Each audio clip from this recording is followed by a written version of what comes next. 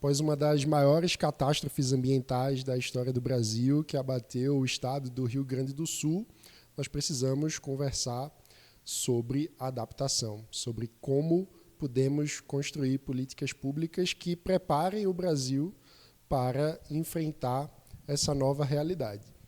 Para isso, nós estamos recebendo hoje, aqui no Livres Entrevista, a conselheira acadêmica do Livres, Nathalie Antestel. Eu sou Mano Ferreira e esse é o Livres Entrevista. Nathalie, em primeiro lugar, muito obrigado por separar um tempinho para conversar com a gente. Seja bem-vinda ao Livres Entrevista. Obrigada, puxa, que bom. Obrigada por me receberem aqui na Casa Livres. É sempre um prazer. Sinta-se em casa. Estou. Nathalie, não tem como começar de outra forma. O que está acontecendo no Rio Grande do Sul será cada vez mais frequente no Brasil? O que é que a gente precisa ter em mente quando olha as notícias sobre a tragédia gaúcha?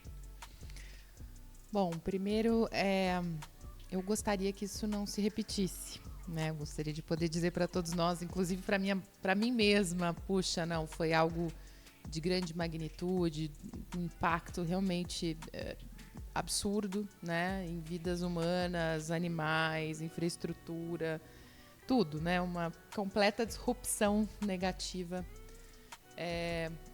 Mas, não, a gente sabe que a tendência, que inclusive já era conhecida, era justamente da gente ter mais instabilidades dessa natureza, né? Que vão se manifestar como? Com eventos extremos mais frequentes, mais intensos, e que podem demorar mais tempo para passar, né? Porque a instabilidade climática, na verdade, eu entendo que ela provoca isso. Fica muito tempo chovendo em cima do mesmo lugar, né? Tipo uma frente fria embaixo, uma frente fria, uma onda quente em cima ali do Rio Grande do Sul, meio que prendeu a chuva, né? Para usar um linguajar aqui muito coloquial. E, enfim, obviamente ninguém gostaria que isso acontecesse, que isso perdurasse e perdurou. A questão agora é que a gente tem algumas opções pela frente quando a gente olha esse futuro mais próximo, né? Um é, sabendo desse risco, a gente se preparar, e eu acho que isso é inevitável, todos nós temos, né, que nos preparar para saber o que fazer, saber o que falar, enfim, seguir adiante. Uma outra questão é, obviamente, tentar intervir nas causas, e aí eu acho que a gente pode conversar mais sobre isso. As causas estão principalmente associadas aí à mudança do clima, mas tem esse terceiro ponto, que é, de fato, a gente entender que algumas outras coisas extrapolam esse problema, né? E aí são políticas públicas de outras áreas que vão ter que se adaptar. Enfim, tem uma conjunção de coisas. Eu queria pedir para a gente aprofundar um pouco nessa questão das causas, porque muita gente olha para situações como essa e, claro, quanto mais distante do problema a pessoa tiver, mais fácil é entrar nessa generalização e diz, mas o Brasil sempre teve problema de enchente. O que é que tem de novo? Então, o que é que diferencia esse fenômeno que a gente está lidando agora da tragédia que sempre ocorreu, com deslizamento de barreira, com enchentes, enfim, os problemas que sempre existiram no Brasil relacionados a fenômenos ambientais? Tem duas partes na tua pergunta. Acho que a primeira é que sim, o Brasil sempre foi um país com muito problema de enchente, deslizamentos e outras questões associadas, né? E mesmo assim, a gente parece que nunca aprendeu a se preparar, a resolver, a fazer a coisa direito. Eu mesma nasci numa cidade no interior de Santa Catarina, no Paraná, que ficou embaixo d'água por semanas em 1983. Foi uma situação muito difícil, tal qual essa que a gente está vendo. E se demorou uma geração para superar aquele problema. Foi só nos anos 2014 que eles fizeram parques lineares, que eles conseguiram passar. E muitos dos lugares que sofreram historicamente com isso continuam sofrendo. A gente tem dados aí que mostram, por exemplo, tem um município em Minas Gerais que de 2002 para cá declarou estado de calamidade 13 vezes. Nossa. Né? Então, acho que tem essa dimensão inicial do isso sempre aconteceu. Sim, e a gente fez o quê? Né? Então tem esse ponto. A gente continua meio cantando na cabeça aquela música do Jorge Benjor, mora no país tropical, abençoado por Deus, bonito por natureza, e que não se adapta, né? Teima em não se adaptar. Então acho que a primeira dimensão é essa. Se a gente sempre teve esse problema e a gente continua achando normal ter esse problema, né? Esse tipo de situação, obviamente não. Então já começamos com uma coisa errada. A diferença, que eu acho que é a outra parte da tua pergunta, é justamente o que faz a gente saber, não é crer, é saber mesmo, que isso deve se agravar, que a gente deve ter mais aí situações. E aí é o efeito da chamada mudança do clima nessa instabilidade global, né? E tentando simplificar a história, a gente tem os tempos de recorrência dessas coisas. Então a gente fala, uma enchente nessa magnitude a gente espera a cada 100 anos ou a cada 500 anos, quer dizer, pode acontecer, mas é, né, uma probabilidade assim muito baixa e, enfim, uma frequência baixa, portanto. Esses tempos é que estão se encurtando. Então vou pegar um outro tipo de problema que a gente tem também no Brasil, que são as grandes secas, né? Então a gente tem secas de uma a cada 100 anos na Amazônia, no Amazonas, por exemplo, esperadas. Só que de 2005 para cá, a gente teve uma dessas em 2005, outra em 2010, outra em 2016 e uma ano passado. Caramba. E acho que teve ainda mais uma, mas enfim, foram 4 ou 5 grandes secas em 20 anos, não em 100. Né? É esse tipo de encurtamento que a gente está vivendo, e o Rio Grande do Sul também teve, sim, enfim, nos últimos anos, né, 2014, o ano passado com a questão do ciclone. Então, o que nos dá muita evidência de que, esse negócio de mudança do clima é para valer e não vai demorar, já está aqui, é exatamente isso, né? Acho que essa é a grande diferença e a grande dificuldade, porque a gente sabe que vai acontecer, mas a gente não sabe quando nem onde. Sim. E isso é que torna, assim, o risco disso se materializar é o que, enfim, a gente não sabe, o mercado financeiro não sabe, enfim, o poder público não sabe também. E a dinâmica da política fica com muita dificuldade de responder a isso, né? Porque do ponto de vista do gestor público, porque ele vai alocar recursos e tomar decisões que impactam as suas possibilidades imediatas por algo que é incerto, né? Que ele não sabe se efetivamente vai ocorrer ali durante a gestão dele, se é um problema para o próximo. Então a gente fica numa sinuca de bico do ponto de vista de incentivos na gestão pública, né? Porque parece que fica um empurrando o problema para o outro, e a gente está vendo muito isso nesse problema no Rio Grande do Sul agora, né? Os economistas chamam de erro tipo 1 ou erro tipo 2, né? O tipo 1 é você investe muito para se proteger agora e o problema não se materializa. E aí podem acusá-lo, se você for um gestor público, ou podem te acusar mesmo na iniciativa privada de, puxa, você gastou demais, mano, você... Enfim, né? Podíamos ter usado esse recurso para outra coisa. Por outro lado, se você não faz nada, empurra com a barriga, a gente está vendo as consequências desse empurrar com a barriga agora, em todas as dimensões, municipal, estadual, federal, né? Então tem esse dilema, é um problema de fato econômico que está colocado, mas cada vez mais também a gente está vendo que só incorrer no erro 2, enfim, vai trazer outros danos. Um dado que eu vi ontem, isso é um estudo que está publicado no Valor Econômico, que mostra que só o que o governo federal terá de alocar agora para resposta no Rio Grande do Sul equivale a todas as receitas advindas de royalties e participação especial do petróleo nesse ano. Caramba. Então, assim, é um saco sem fundo, porque, de novo, a gente não sabe quando vai se materializar, onde, qual vai ser a força, né? Então, tem que achar, vai ter que fazer uma conta aí, né? E tem exemplos mundo afora. Vale dizer que muitos países vivem há muito tempo com riscos dessa natureza, né?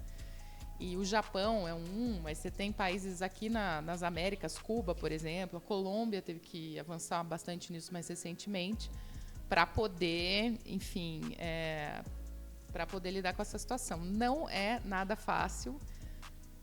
Mas, enfim, está colocado. E como você acha que a gente deve falar sobre responsabilidade num contexto como esse? Porque, por um lado, tem o risco de virar uma guerra de torcida organizada, de as pessoas que gostam mais de um grupo político vão apontar o dedo para o outro. E, por outro lado, se a gente trata tudo simplesmente como um problema sistêmico e ninguém é responsável, ninguém também resolve o problema, nem assume a responsabilidade, de fato, de puxar para si a liderança da solução. Na tua visão, qual é a forma adequada da gente conversar sobre responsabilidades no caso de uma tragédia como essa? Essa é a pergunta de não sei quantos milhões, talvez bilhões nessa altura.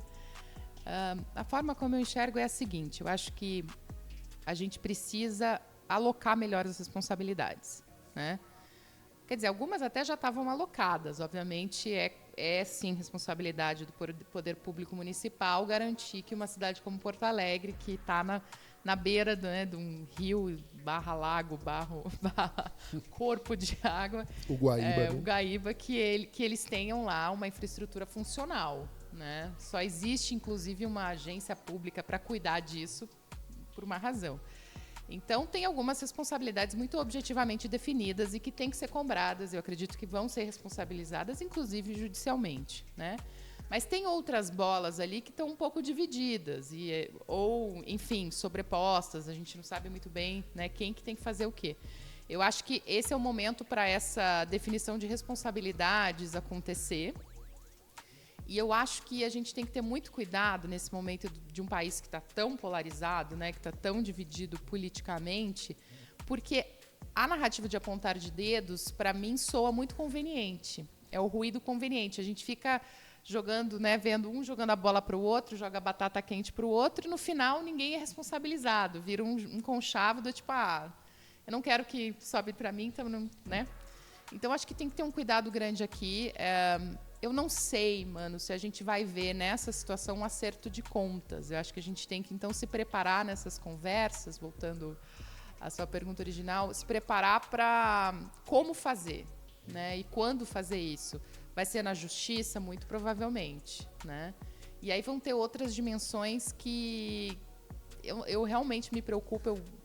Por exemplo, com essa coisa das pessoas terem que mudar de cidade, sair de onde elas estão, né? Que em muitos casos será necessário. Eu acho que deixa uma ferida muito grande. Quem é que vai se responsabilizar por isso? Será que a gente vai conseguir um nível de coordenação, né? Então, enfim, no limite, que eu quero dizer é que a gente passar dessa dor, né? O passado pior da dor, principalmente de quem está afetado, a gente caminhar para uma espécie de acerto de contas mais responsável, prudente e, quem sabe, colaborativo, que seria o ideal. Enfim. Essa é a parte mais difícil nesses tempos polarizados, né? Agora, um ponto muito interessante que você trouxe é que existem pontos em que a responsabilidade hoje não está muito clara. Que tipo de reforma a gente precisa fazer sobre atribuições de responsabilidade entre os níveis federativos para que isso fique mais claro? Qual é a bola dividida hoje?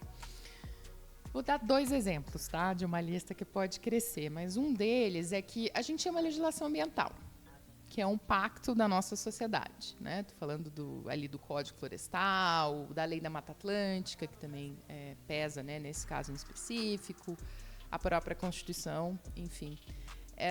E volta e meia, a gente vê assembleias estaduais, não é, enfim, privilégio do Rio Grande do Sul, a gente viu, na verdade, em Santa Catarina, a gente viu em outros estados, tentando dar uma mexidinha, né? E a mexidinha, em geral, essas áreas de preservação permanente, ou seja, essas áreas no entorno dos rios, dá para tirar aí, deixa eu urbanizar, deixa eu colocar uma plantação, deixa eu fazer uma hidrelétrica. Deixa eu fazer uma hidrelétrica, né? Uma grande hidrelétrica. Enfim, vocês sabem do que a gente está falando. Essa história é complicada, porque é isso, o local, não é nem o estadual, precisa dessa proteção em questões como essa. Não vai ter. E aí eu tenho um dado muito interessante, que é o seguinte. quando você tem vegetação na margem de rio, ela diminui a velocidade de, enfim, chuvas como essa em 5 vezes. Ou seja, ela vai ajudando a drenagem de um evento extremo como esse a acontecer de uma maneira mais natural, mais orgânica. A terra absorve a água. E ela diminui a velocidade. Então, ela é literalmente uma estrutura de proteção, né? Tipo uma esponja, né? Uma esponja e uma barreira, né? Você vai ali fazendo a água se deslocar mais para cá, então não vai tudo de uma vez. É uma barreira física mesmo. Quando a gente vê essas legislações estaduais que vão lá e delas modificam e daí abrem, aí você pode botar qualquer coisa, açude, hidrelétrico, o que você quiser, entre aspas, o que eles conseguem definir. Eu acho que a gente gera um problema ali jurídico enfim, você vai criando competências diferentes, né? E aí, quando rola um acidente desse, de quem é culpa? É do municipal, que não peitou, é do estadual, que modificou a legislação, é do federal, que não... né? Enfim, do judiciário. Embola todo esse jogo, né? Mesma coisa para a infraestrutura também. Tem um monte de programa público de diferentes esferas que está acontecendo e que não leva minimamente em consideração a questão do risco climático. Quem que deveria dizer que tem que levar? É o federal, o estadual? Em tese, qualquer um deles pode, desde já ou desde ontem, né, fazer esse tipo de coisa. Mas não faz. Então, eu acho que a gente está nesse jogo meio de empurra, de que quando é conveniente tirar a proteção, tira, e aí, opa, não vi. E, ao mesmo tempo, quando tem que colocar algumas coisas, algumas regras do jogo que vão ser importantes, isso não acontece. Você e outros devem estar pensando, meu Deus, mas esse é o Livres ou é um grupo de pró-regulação? E aí eu quero fazer uma defesa. Eu acho que por mais liberal, né, ou por liberal por inteiro que sejamos, possamos ser, a gente tem que pensar que quando a gente fala de questões relacionadas à natureza, tem coisas que os privados não vão conseguir resolver. A gente precisa de alguns bens públicos, a gente precisa de algumas proteções, né? O que não quer dizer que tem que regular tudo, que tem que burocratizar, vocês sabem muito bem disso. Mas a gente tem que tem que fazer algumas pactuações. E eu acho que pactuações como essa, associadas, por exemplo, a como é que eu protejo meus corpos d'água e principalmente como é que a infraestrutura, né, ela deve ser melhor investida nesses tempos, eu acho que são bolas aí que a gente precisa ter debates para enfrentar.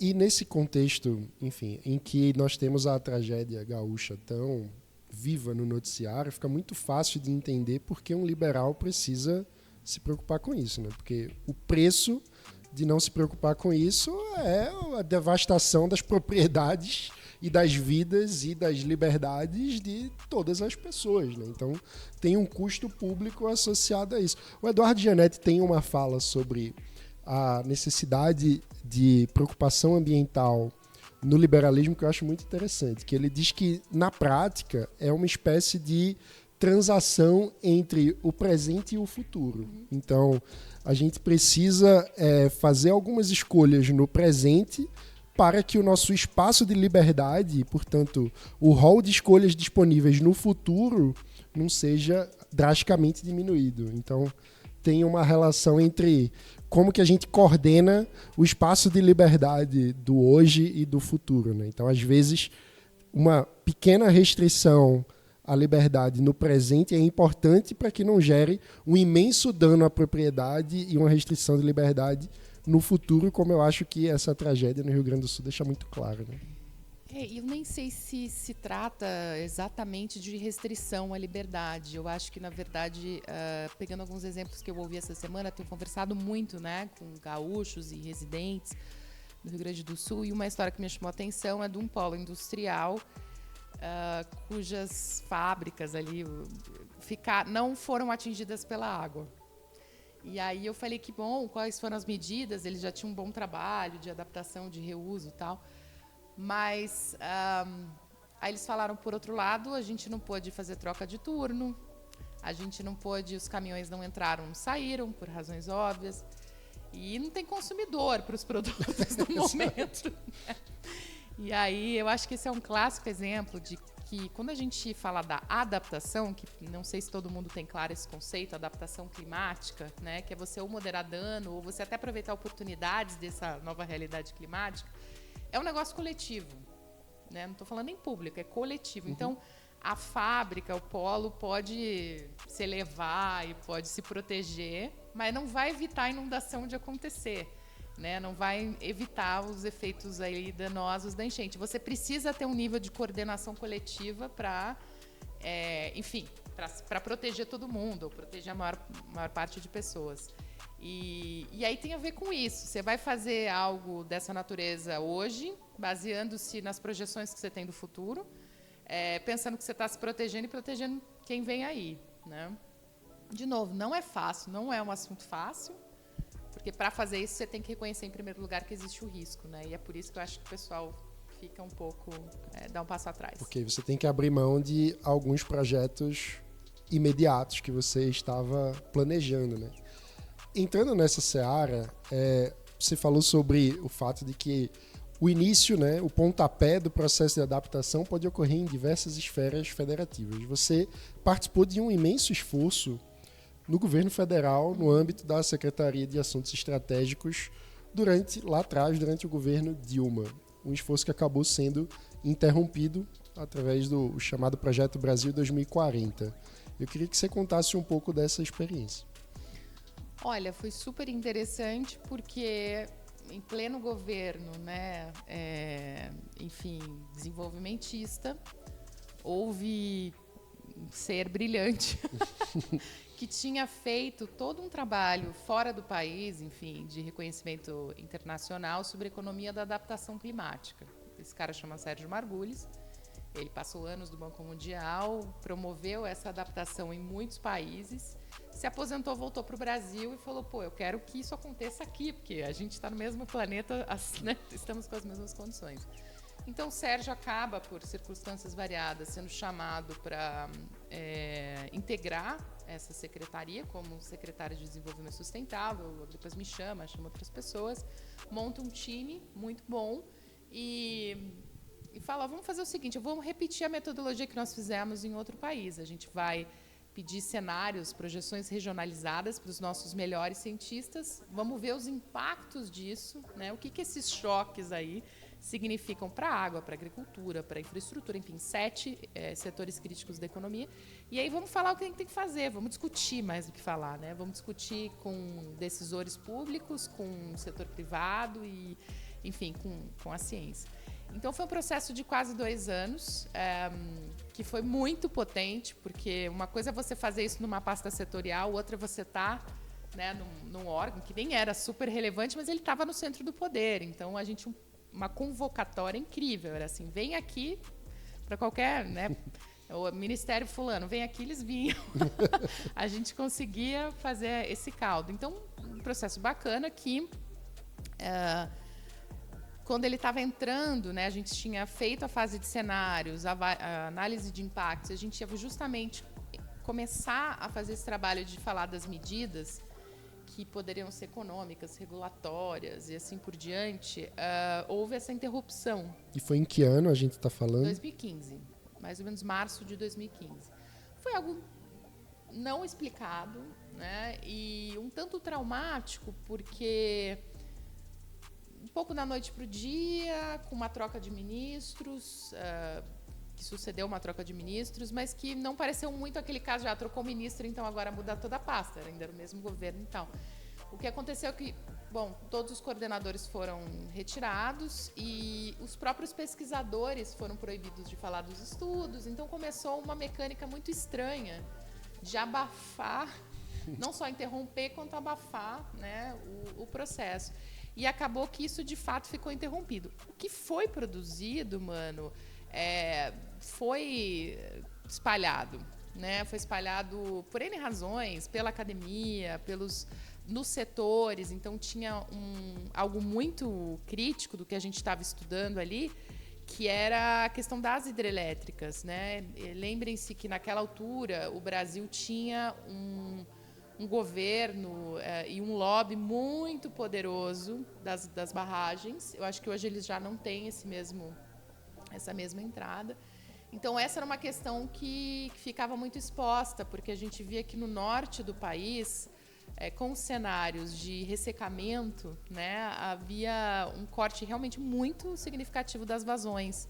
Então, estações hidrometeorológicas como Belo Monte, Tucuruí, entre outras na Amazônia, elas teriam reduções super expressivas já em 2040. Essa era a projeção.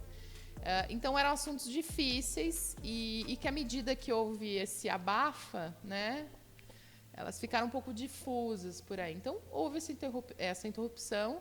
A imprensa fez uma ampla cobertura à época. Isso está muito bem registrado, enfim, por um trabalho fantástico jornalístico feito.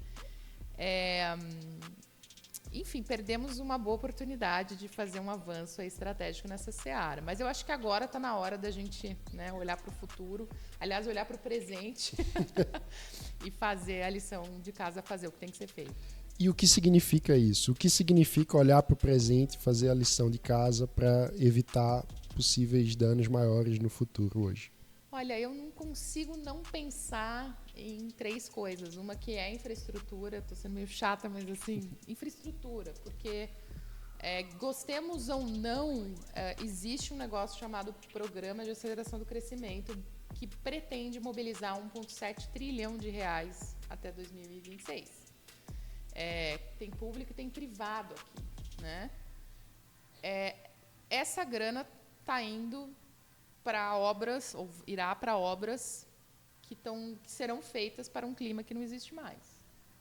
Então, a hora é agora, né? Porque essas obras vão durar 100 anos, algumas, outras 20, 30, quer dizer, e o clima só vai esquentando. Então, assim, elas não vão durar, essa é a realidade. Então, acho que essa intervenção na questão da infraestrutura, e eu olho para o PAC, porque para mim ele é um ponto ali muito específico, é crítico. Estamos jogando dinheiro no lixo com o PAC. Vamos. Mas você pode adaptar, essa é a parte boa, né? Você pode fazer. E aí eu acho que tem um lado legal dos privados, que são, né, os concessionários, os investidores, os operadores, enfim, dessa infraestrutura, que muitos ainda não viraram a chave, ainda acham que podem se basear nos dados passados para fazer esse planejamento. E a gente já tem aí um certo tempo, né, e muito dado que pode ser usado para poder olhar para frente em vez de olhar para trás. Mas esse é um ponto muito importante do momento presente e que eu acho que, inclusive, a sociedade tinha que ir para cima agora e falar, olha, eu não quero mais um PAC, eu quero, sei lá, um PACA, um programa de adaptação, ou, enfim, de fato, né, uma coisa que gere resiliência, não que nos tire resiliência. Os outros 2 pontos são natureza, por razões óbvias. A gente tem, infelizmente, ainda no país, uma parcela, né, que eu não reputo ser tão grande assim, mas de pessoas que ainda acham que você tem que desmatar para desenvolver, ou, enfim, que destruir natureza traz valor para alguém, deve trazer para alguns, né, mas tem um custo social enorme. E essa, eu acho que é uma pactuação que a gente tem que fazer. A gente tem uma super... eu acho que oportunidade agora de, sabe, passar borracha nesse histórico de um embate tão danoso e que, enfim, não faz sentido nenhum. E, por fim, de uma lista que pode ser enorme também, eu acho que tem uma questão de comunicação pública real, né? A gente está vendo aí as pessoas que têm suas casas, né, que foram atingidas, muitas com medo de sair. Tenho certeza que vidas foram perdidas porque as pessoas não confiavam em quem estava vindo lá buscá-las, né? Não queriam perder suas posses, e, ao mesmo tempo, não sabiam para onde... Sei lá, não tinham confiança nesse processo. Eu acho que aqui, mano, tem um papel, claro, tem comunicação, se a gente parar para pensar, né, tem instrumentos para se fazer comunicação pública pelo próprio governo e tal, mas aqui eu acho que a gente tem que fazer um trabalho muito forte como sociedade civil para ajudar todo mundo a fazer gestão de risco, né, do mais rico ao mais pobre, pensando aqui que, sim, episódios trágicos como esse, em qualquer lugar do mundo, vão ter problemas de segurança, uma vez que eles acontecem. Vai ter pilhagem, vai ter... Enfim, eu não estou normalizando, isso não é aceitável, mas que as pessoas precisam entender que o risco daquela situação, né, as coloca, enfim, numa situação de muita vulnerabilidade. Precisa pensar em como é que a gente lida com essa situação. Eu não acho que o governo tem a capacidade de fazer isso. E até entender, caso haja, né, um enchente, para onde que você tem que ir, esse tipo de... Quando a gente pensa, sei lá, em filme japonês, tem lá as crianças treinando como agir em caso de terremoto, né? A gente não consegue ter a comunicação básica, mesmo no momento da crise, né? Para onde você tem que ir, enfim. Agora, esse ano é um ano eleitoral de eleições municipais. Sim. Diante desse contexto, qual é o tipo de avaliação que o eleitor precisa fazer em relação a prefeitos e vereadores, se ele deseja políticos com uma visão de cidades mais resilientes e adaptadas? Essa pergunta é maravilhosa e eu estou animada, porque saíram alguns dados da pesquisa Quest outro dia mostrando que 99% dos entrevistados associaram essas enchentes à mudança do clima. Então, eu quero crer que ninguém mais precisa ser convencido, né? Por outro lado, todo mundo tem que se proteger. E as eleições municipais, eu acho que vão ser assim, uma oportunidade tremenda, né, para esse teste de fogo aos políticos. E aí, de direita, de esquerda, de centro, liberal, conservador, vai ter que todo mundo falar, né? E aí, pensando aqui mais no Livres, eu acho que vai ser de suma importância, que para os eleitores, né, também, olhando, né, para os potenciais candidatos, eu acho que negacionista, né, o filtro do negacionista vai dessa vez ser fundamental. Eu acho que 2, do populismo, porque a gente sabe que esse tipo de tragédia também gera muita atitude, né, assim, que falsamente benevolente. Acho que tem que ter um cuidado com isso. Propostas muito, de botar o selinho verde no peito e falar, agora eu sou o cara mais ambientalista da parada, quero ver. E aí o meu terceiro ponto é justamente isso, propostas, né? Porque muito, entre aspas, fácil falar que não, eu vou ser o vereador que vai lutar lá por mais recursos para essa agenda. Mas depois chega lá e vai fazer o quê? Projeto de dia da árvore, de dia do não sei o quê. Não vai usar realmente um capital político, é óbvio, né? Estamos no Brasil.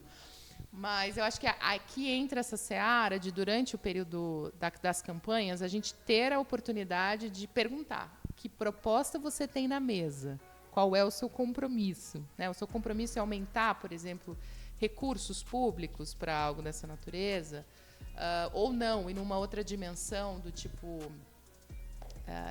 enfim, trabalhar com algumas soluções mais específicas, enfim, poder de fato ser cobrado, né? A gente poder ter coisas bem visíveis e exigíveis dessa turma. O que são propostas liberais de adaptação climática a nível municipal?